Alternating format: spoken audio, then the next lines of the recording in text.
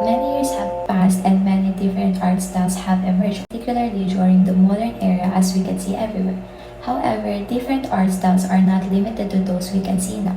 There is more to it, which is why we are going to travel back to a time where there are prominent arts from the classical Rome, Greek, Gothic, Romanesque, and Byzantine period, which were highly valued and appreciated.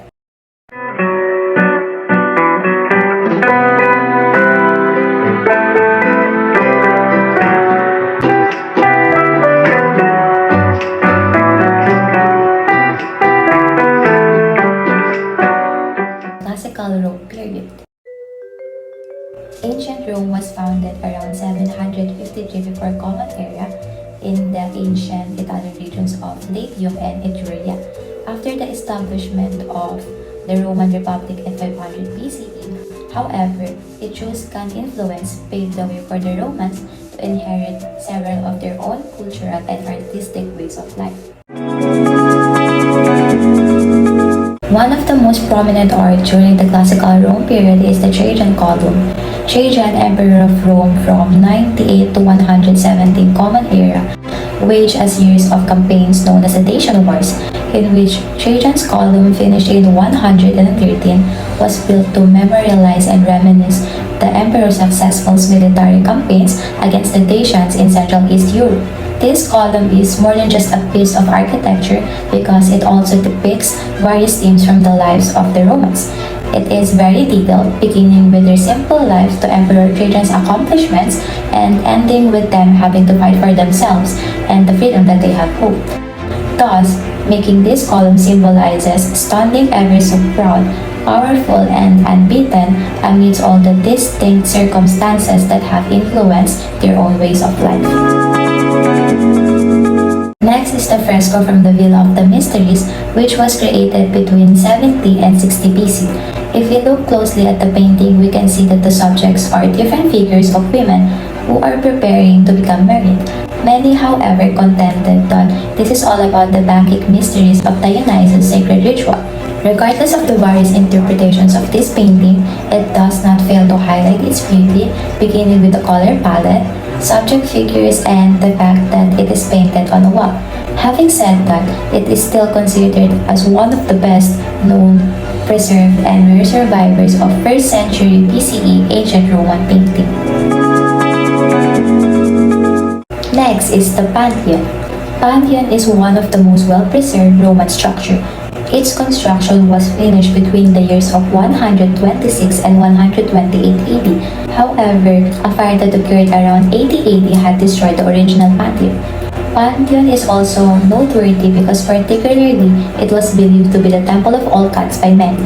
However, despite its simple and direct, old vintage exterior, the interior of the Pantheon, which is lined with colored marble and has 7 deep recesses in its walls that are separated by pairs of columns whose modest size lends scale to the room's immensity within a building covered in a dome, screams elegance and retains its beauty.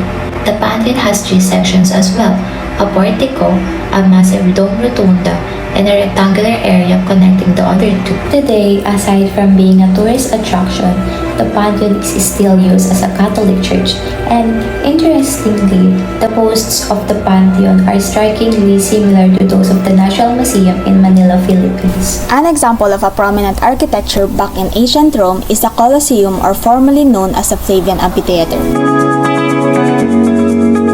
It is claimed to be the largest in ancient Rome, which was built during the Flavian dynasty under the emperors Vespasian, Titus, and Domitian. Upon examining the structure of the Colosseum, we can see that it has 4 levels and has 80 entrances, which 76 were allotted for the viewers, while the rest were reserved for important people. The designs for each level are said to be somewhat inspired by ancient Greece in a way that the 3 styles of classical architecture, which are Doric, Ionic, and Corinthian, were combined with Tuscan and Composite style to make it look more like Roman-like. When it comes to the interior, it is said that the floor was built with wooden panels that were only covered with sand from the Monte Mario hill. Another art called the Augustus of Prima Porta is the sculpture of Caesar Augustus, which was the first emperor of the Roman Empire. This statue not only portrays Augustus as emperor, but also his achievements, relationship to the gods, authority, and ideology, which was said to be used for political purposes. Looking at the statue, you can observe that he is in a contrapposto stance, which is a traditional Greek pose in which a standing human figure puts his weight on one leg while letting the other leg loose or bent on their knee. Another feature of this statue is that his costume includes multiple evidences of godly associations, such as the design of his cuirass, which depicts various Roman gods, his lack of footwear, which resembles Mars, the god of war, and the appearance of the god Cupid with a dolphin on his right calf, which is associated with the goddess Venus. And lastly is the Pont du Gard. The Pont du Gard is a famous ancient Roman bridge and aqueduct erected in the 1st century AD near Nimes, France. It is an aqueduct with 3 tiers of arches stacked on top of one another, providing stability to the entire construction and serving as both an aqueduct and a bridge for travelers. It stands 160 feet tall, has 64 arches, and is made of shelly limestone, a form of sedimentary rock composed of fossil fragments. Its inside was stuccoed with tile and pottery and slathered with olive oil, malta, and unripe fig juice. With these components, it helped to protect the channels while also improving water flow. Although this structure is no longer used as an aqueduct, it is now a UNESCO World Heritage Site that visitors can explore. So now is Greek art. So Cycladic and Minoan civilization were the origins of Greek art until it eventually gave way to Western classical art that I'll cover in this report. So first is the classical art. This was produced between 480 and 323 BCE. Classical art was divided into two sub-periods, which is early classical that was developed between 480 and 450 BCE, and the high classical. The sculpture style of the artist began to change in this classical style. This time, they found that the proportion was more exact, it has captured the motion and emotion, and that it was more detailed. Best example and illustration of this is discus thrower or discobulus. Next, I'll discuss the geometric Greek art period between the 900 to 700 BCE. Artists painted on pottery and clay objects made of terracotta clay and from bronze and other metals. This is a pattern and line-based design. People, animals, and chariots are some examples of objects that artists have painted on pots. Additionally, metals have a high value because there was a shortage of them in this period. Next is the Archaic period, which has a more naturalistic aesthetic. This was established between 600 and 480 BCE. The Greek artists began to work on a huge freestanding sculpture in a human form. A best example of this is the Koros, which is a male statue without their underwear, and the Kore, which is the female statue wearing clothing. Next is the Hellenistic period in 323 BCE. The art of the Greeks was affected by the culture and people that Alexander the Great had conquered way back in this period. So women and children and regular people started to emerge in Greek art around this time. So the goal of Greek art sculpture is to portray perfection. Greek painting is a significant form of art produced by them. Greek paintings are uncommon to discover because some of them were painted on walls and wood panels that have already been destroyed. Now let's move on to the Romanist art. Romanist art and architecture emerged at a time when medieval Europe was experiencing major changes and developments. Cities and towns became crucial to the Romanist way of life and allowed for the growth of middle class. However, the most noticeable change was the triumph of Roman Catholic Church. Because the church encouraged pilgrimage, the Romanist period saw a bump in religious architecture. Saint Saturnin's is a large Romanesque church built in honor of Saint Saturnin or Cernin, the first bishop of Toulouse. Its construction stretched from the 11th to 13th century. It was located in Toulouse along the pilgrimage route to Santiago de Compostela in Spain. It was built extra large to accommodate the numerous pilgrims as well as the local population. The majestic Batlo is a 12th century Romanesque life-size wooden crucifix commissioned by Archbishop Gero of Cologne in about 960 to 65. It is in the National Art Museum of Catalonia in Barcelona, and it is one of the most elaborate examples in Catalonia of an image of Christ on the cross symbolizing his triumph over death. The Bea Tapestry is a unique work of the 11th century Romanesque period that sustained fascinating document of a decisive battle in British history. It is about 230 feet long and 21 inches tall. What is Gothic art? From Romanesque art, it shifted to Gothic art, which started during the 12th century and lasted until the 16th century. Fun fact, Gothic art is a medieval term that describes a style of Christian art. It is a term coined by Italian writers during the Renaissance who connected medieval architecture to barbarian Gothic tribes to whom destroyed the Roman Empire in 5th century CE. In modern times, people realized that Gothic art is not related to the Goths, but remained a standard in art history.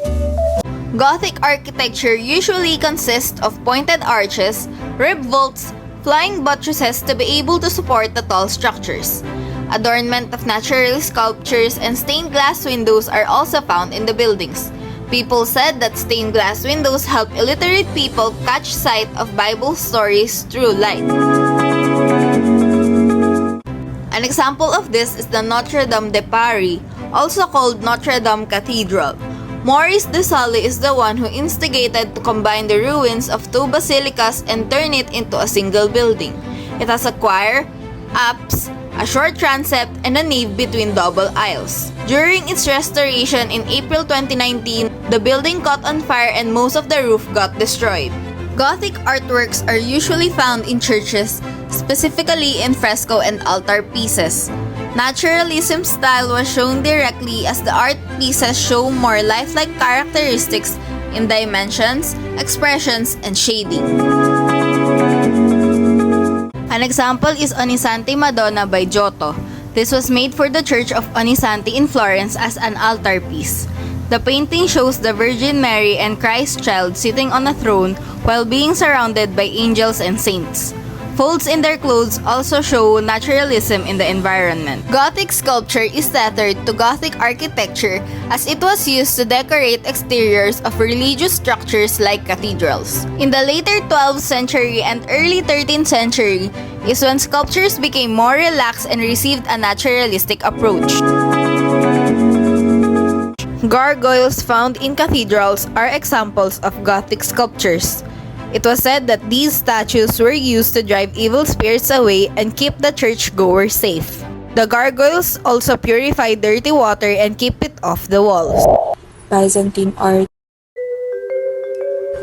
In the 14th century, Gothic art was replaced by the Byzantine art, which is named under the Byzantine Empire, as a way to move on from the classic naturalistic figures to a flat frontal figure that is seen through mosaics and icons. Its style is composed of devotional Christian subjects depicted in flattened colors and angular shapes, and mostly gold decorations seen through painting, architecture, mosaic, and lavish gold icons that is alive until today.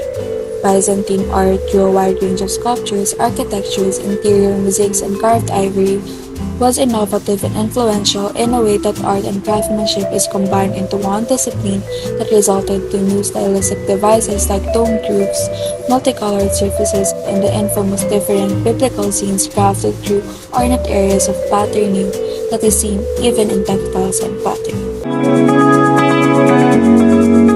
Examples of the Byzantine art include Hagia Sophia, located at Istanbul and is also called Church of the Holy Wisdom. It was built under the direction of the Byzantine Emperor Justinian I. This building became a mosque and a museum that reflects the religious changes that have played out over the centuries. It also highlighted inscriptions of Islam as well as the grand mosaics of Christianity. The highlight of this architectural building is its traditional design elements of an Orthodox basilica and the enormous marble slabs lying throughout its exteriors that are said to replicate moving water. It was also equipped with arcs that are covered with mosaics of the six-winged angels called hexaterigon. Next is a St. Mark's Basilica located at Venice that began its original form in the year 800 of the current era as a symbol of honor for the remains of St. Mark. It was built beside The Palazzo Ducale also served as its chapel until it became a cathedral in 1870s. Its interior was decorated with mosaics on gold ground and a variety of marble throughout the surroundings as a way to showcase the wealth of the city. Next is the Barberini di Tiscia Byzantine ivory relief that is now located at the Louvre in Paris. This is a notable historical document because of its relation to Brunilda of Austrasia that is proved by the list of names of Frankish kings at the back. Aside from carvings and architectural designs, mosaics and frescoes were a major part of the Byzantine era. Some examples of it are the Anastasis, which is an art that is an outcome of humanism's influence that has begun in the Middle Byzantine period. It drew upon the Christian tradition contending that on Holy Saturday, between his crucifixion and his resurrection, Christ rescued Adam and Eve from hell. Icons also played a significant role in the Byzantine period as they represent holy figures and they are believed to have protective properties. Subjects in this type of art were mostly portrayed in full figures or focused on the heads and shoulders only. One famous icon to exist in the Byzantine period is the icon of Christ Pantocrator, which was painted on wood in Constantinople during the waning days of the Byzantine Empire. This icon depicts Christ as the ruler of all or the most powerful man on the universe that made the people call him the Pantocrator. We've seen different art forms from the classical Rome down to the Byzantine era, which were undeniably fascinating and is deserving to be valued and appreciated. And with the other different art styles blooming throughout the years, we are sure of a wonderful ride. We have discovered some of these art today, but let's not forget that it's never too early to learn some more.